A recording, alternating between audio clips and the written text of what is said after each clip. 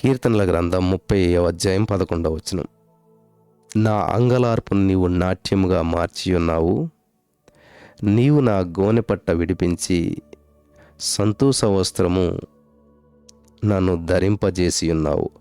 స్తోత్రం దేవా. సర్వోన్నతుడా, ఈరోజు ఈ యొక్క వాక్యపు వెలుగులో మమ్మల్ని నడిపించి బలపరిచి విత్తబడిచిన వాక్యం వ్యర్థం కాకుండా ప్రతి హృదయంలో నాటబడి నూరంతల పంట అనుభవించిన కృప చూపించమని యేసుక్రీస్తు నామములో ప్రార్థించి నమ్మి పొందుకున్నాం తండ్రి.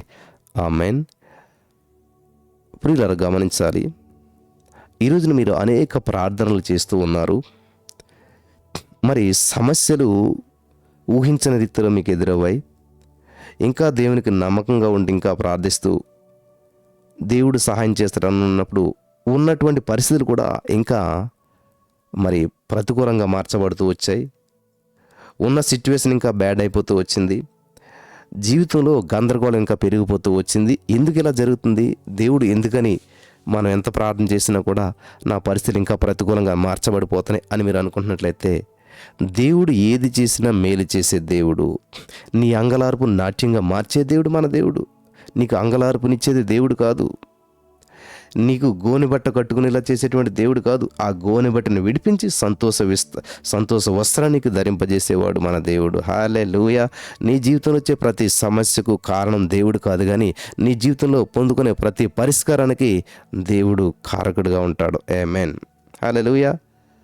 భక్తుడు ఒకడు మరి ప్రయాణం చేస్తూ ఉన్నాడు. అలా ప్రయాణం చేస్తూ ఉన్నప్పుడు సడన్గా ఆ వ్యక్తి ప్రయాణం చేస్తున్న ఓడ పగిలిపోయింది. ఆ ఓడ పాడైపోయింది. అటువంటి పరిస్థితుల్లో ఆ ఓడలో ఉన్న వారందరూ కూడా చనిపోయారు. అందరూ చనిపోయారు, కానీ భక్తుడు మాత్రం బ్రతికాడు. బ్రతికి ఎలాగైతే ఈత వచ్చు కాబట్టి ఆ ఓడ పగిలిపోయినప్పుడు ఆ యొక్క నెమ్మదిగా తప్పించుకొని ఈత కొడుతూ దూరంలో ఉన్నటువంటి చిన్న దీవికి చేరుకోగలిగాడు. విచిత్రమైన విషయం ఏంటంటే, ప్రజలే లేనటువంటి ముళ్ళ పొదలతో ఉన్నటువంటి భయంకరమైనటువంటి దీవి అది. జనసంచారం లేదు, అలాగని నివాసయోగ్యమైనది కూడా కాదు, ముళ్ళలతో కూడినటువంటిది. చాలా భయంకరమైనటువంటి దీవి. ఆ దీవికి చేరుకోగలిగాడు. మరి ఓడ పగిలిపోయింది కాబట్టి సముద్రం ఆ ఓడ భాగాల చెక్కలన్నిటిని కూడా ఆ కెరటాల ఒడ్డుకు వచ్చేలా చేశాయి. సో ఈ వ్యక్తి ఆ ఒడ్డు నుండి ఆ చెక్కలన్నీ కూడా తీసుకొని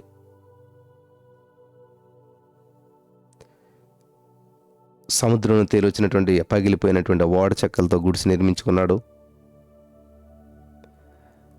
ఆ గుడిసెను కట్టుకొని పగలు రాత్రి కన్నీటితో తనను సొంత ఊరికి తీసుకొని వెళ్ళమని చెప్పి ప్రార్థిస్తూ ఉన్నాడు. దేవా, ఏమిటి పరిస్థితి? బ్రతికనన్న సంతోషం తప్ప ఒంటరితనము, ఆందోళన, ఏమీ అర్థం కాని పరిస్థితి అని కన్నీటితోటి ప్రతిరోజు ప్రార్థన చేస్తూ ఉన్నాడు. నన్ను నా సొంత వారి దగ్గరికి, నా ప్రజల దగ్గరికి నన్ను చేర్చు. అందరూ నేను కూడా చనిపోయిన అనుకుని ఉండొచ్చు. దేవా, నన్ను నడిపిస్తున్నందుకు నీకు వందనాలు అని చెప్పి ప్రార్థన చేస్తూ ఉన్నాడు.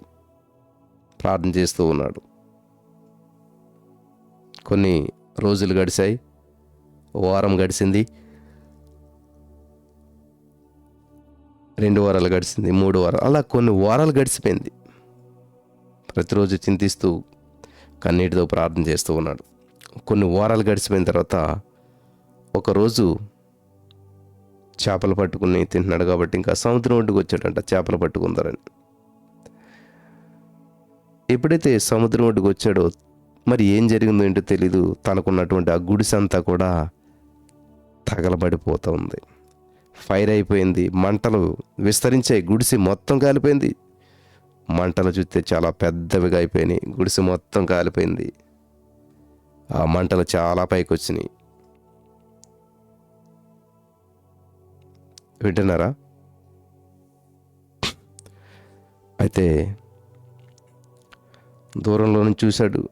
గుడిసె తగలబడిపోతుంది. అయ్యో నాకున్న ఒకానొక నివాసం ఇంక ఇది కూడా తగలబడిపోతే ఎలాగా అని చెప్పి చాలా వేగంగా పరిగెత్తుకుని వెళ్ళాడు.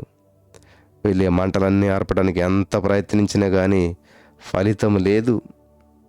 చాలా తీవ్ర స్థాయిలో ఉన్నాయి. తనకున్నటువంటి ఒకే ఒక ఆశ్రయం కూడా కాలిపోతున్నదే అని ఏడుస్తూ ఉన్నాడు, అంగలారుస్తూ ఉన్నాడు. చెప్పలేనంత దుఃఖంలో మునిగిపోయాడు. హల్లెలూయా.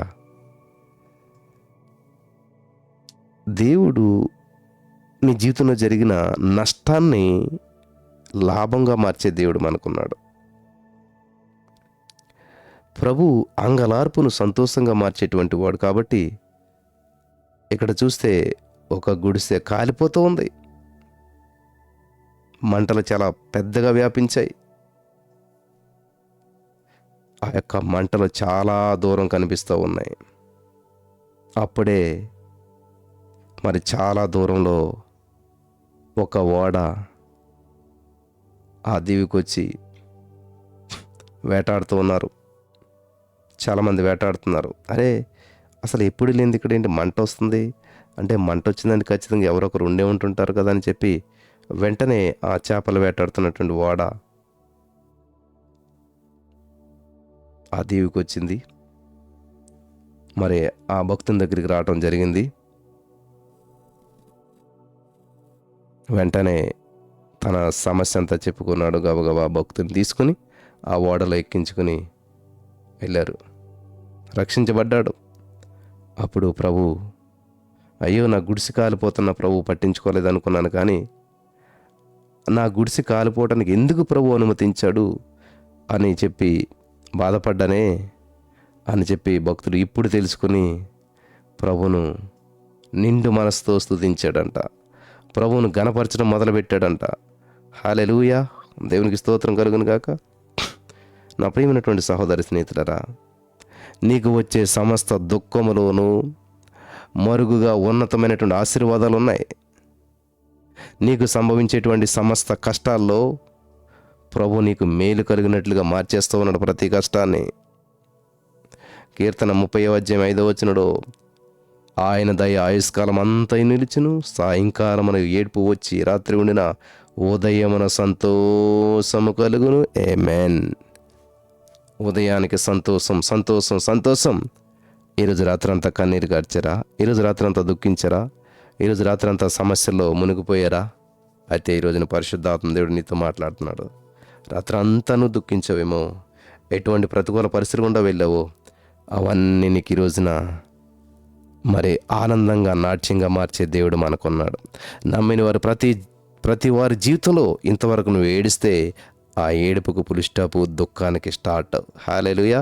ఆ ఏడుపుకు పులిస్టాపు, నీ యొక్క దుఃఖానికి పులిస్టాప్ పెట్టి ఈరోజు నీ సంతోషాన్ని అనుభవించడానికి దేవుడు నీకు ప్రణాళికను సిద్ధం చేశాడు. నమ్మిన వారు ఇప్పుడే స్వతంత్రించుకుందురుగాక. ఆమేన్.